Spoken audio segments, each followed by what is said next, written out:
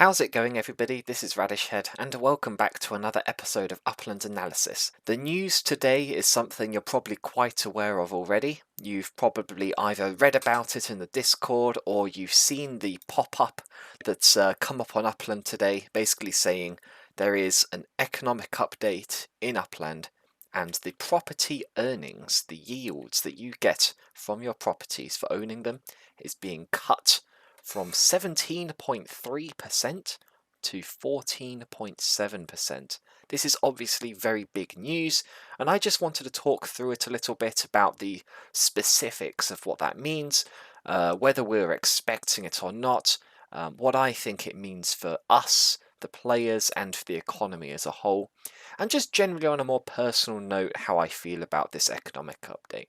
So, first of all, what actually does this mean? It is kind of as I say. So if you go onto Upland and you click on any one of your buildings, hopefully you'll be aware that they actually do in fact produce a little bit of income just for owning them. You don't need to do anything to them. It's almost like collecting rent without anybody actually renting from you. So it's sort of free cash. So this is my Chicago property here, and my monthly earnings is 67.13 UPIX, and then obviously there's a boosted earning as well. So what this announcement means is that this number here, 67.13, this is currently 17.3% of the mint price of the property, and that is the same across all of Upland. There's a lot of people who aren't aware of this. The monthly earnings you get from a property, not including any collection bonuses or anything like that, is actually the same for every property in the game. It's always 17.3% for every property. No matter how big it is, no matter how expensive it is, that is based off the initial mint price. So the 67.13 is now going to be a bit less because the yield is being dropped from 17.3 to 16.7.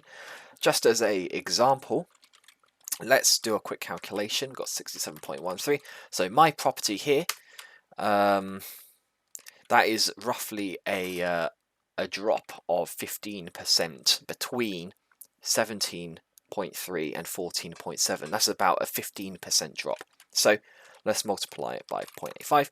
It would now give me 57.06 UPIX per month, which kind of leads into my first point, which is about what I think this means for the players. I actually think that this change impacts the bigger players more than the smaller ones. Because realistically, and if you've been following my channel, you'll know that my strategy for smaller players in Upland is to mint properties, the cheapest properties you can find, and flip them in popular cities quickly for a nice profit, which you can then spend on minting more properties. The players who this really impacts aren't the players who are minting small properties to flip them, which is what I recommend and I think a lot of the newer players are doing. It's for people who are a little bit more established in the game, who might have 200,000-300,000 UPIX or a bit more, who not only want to flip small properties, but they might want to hold on to collection properties. And this is the really big impact. I think the players who are holding on to a large number of collection properties are probably going to feel this the most. Like, a lot of the people who I've seen, I don't really want to say complaining, because to be honest, it's not great. They have every right to complain. But those who have been commenting negatively about this change, a lot of them, I think if they looked at their strategy and where they're actually getting their money from in terms of property yields versus flipping properties, I think they'd find they're actually not as worse off as they think they are. It is the biggest whales who are going to really feel that 15% cut. If they're holding on to a lot of big properties or a lot of collection properties, yeah. I mean, I'm not a whale by any means. But I do have a lot of collections, a lot of exclusive collections. That's something which I really enjoy collecting. And I did a few calculations, and if I load up my properties here, my 171k per month, I'm going to be losing 25,000 UPIX per month. That's pretty painful. That's almost 1,000 UPIX a day, and I only gain, like 5,000 a day only. First world problems. Yeah, I know it sounds like a lot. But yeah, losing 1,000 UPIX a day, it feels bad, and I understand that it feels bad losing 15% of your yields, no matter how big a player you are. But I do think that if you are just starting out in Upland, I wouldn't be put off at all by this 15% yield cut, because that is not where you should be making your money. You should be making money in minting and flipping. I love holding on to collections, but it's not something that I'd recommend doing unless you get lucky. You watch my collection prediction videos. By the way, LA collection prediction coming soon. And you manage to mint a full rare collection or a full exclusive collection. Even then, if I was a new player and my net worth was like, I don't know, under 500,000 UPIX, I'd probably sell my rares, because the amount of liquidity that would give you will catapult you to success in the future cities. You just need one successful city. I did that in Cleveland. My net worth was nothing compared to what it is now. I didn't even mint them. I bought second hand at a very cheap price 3 Euclid Avenue properties in Cleveland, which I thought were going to be a collection.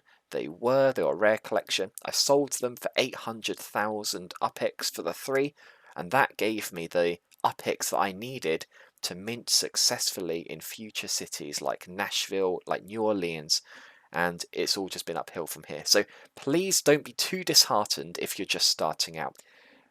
The yields, it's not everything, but it is nice, and I'm going to miss my nice daily yields.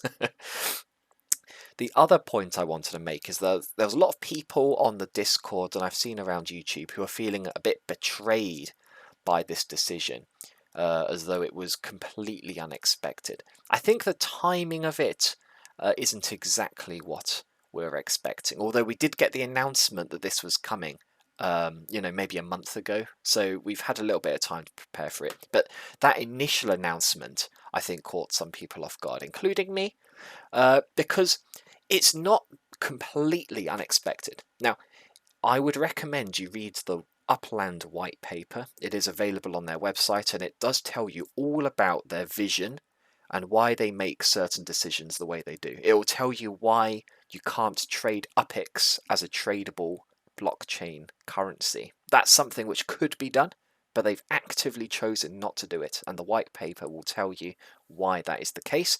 It will also tell you why, over time, they're planning on cutting the property yield like they've done just now. I believe the reason they gave in their white paper was to promote the stability of the Upland economy.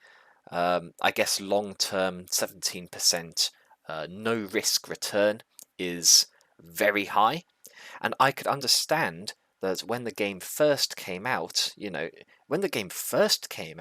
couldn't even cash out. There was no sell for dollars. The risk level of Upland back in 2020, early 2021 was huge compared to now. And that 17.3% yield was to entice people to spend money when they had no guarantee at all they were going to get it back. Now, don't get me wrong, Upland is still quite a risky speculative investment, but it is nowhere near as risky or speculative as it was back in 2020, back in the early part of 2021, where there were fewer features. We didn't have Spark. You couldn't cash out your properties for dollars, and if you could, eventually, you had to sign up for quite a lengthy process to get that approved. Now everybody's approved, much easier to cash out for dollars.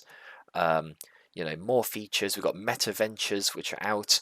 We can't all use them yet. I can't use them yet, but they are out.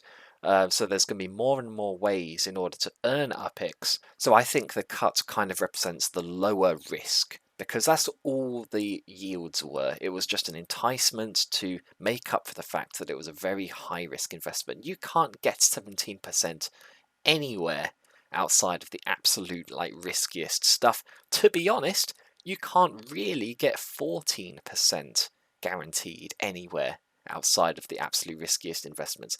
14.7% is actually still very impressive, and therefore I would not be surprised to see this cut further over the coming months, but I'm begging Upland, I don't know if Upland staff watch my videos, please don't cut the rates again until we actually have another way to earn UPIX in-game. Like, for example, the meta ventures are rolled out to everybody and they're a success and people are earning money from buying and selling block explorers. If that was the case, and it's not as important therefore to have monthly yields on your properties, then I could see justification for maybe cutting the rates again, if the market's very very hot. But until then, I think the players are going to be very upset if they're cut again without another avenue of UPIX generation. I'm giving Upland the benefit of the doubt here because, as I say, it's less risky now. There are measures coming which will allow us to earn UPIX in more ways, and 14% is still quite a lot. I wouldn't be as lenient on Upland if they were to cut it again in the next 2 or 3 months without giving the regular players more opportunities to earn UPIX. So that's my take on that. And finally, how do I see this actually impacting Upland the game? Now, there's been a lot of wild speculation in that, it's a 15% yield cut. Everybody's going to drop their prices by 15%.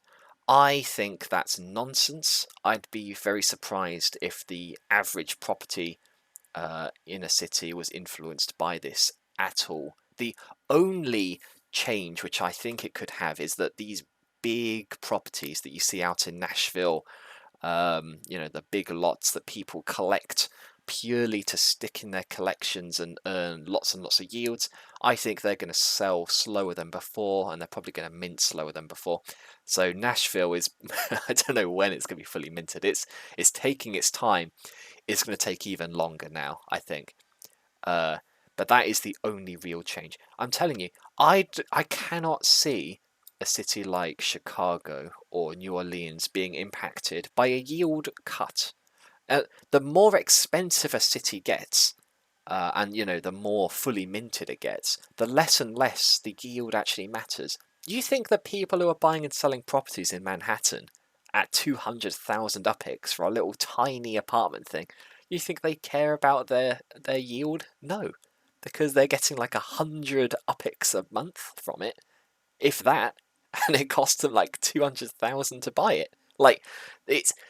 There's a massive discrepancy, and I think one day Upland hopes that the whole map is like that, that yields don't even matter. Like, you own properties as a means to achieve another goal. Maybe you own a property because you want to host a shop on it, or because it's nearby to the station and you need somewhere to park your car, or anything like that. Something where it brings value aside from just collecting money for doing nothing. Like, that's the ultimate goal for Upland.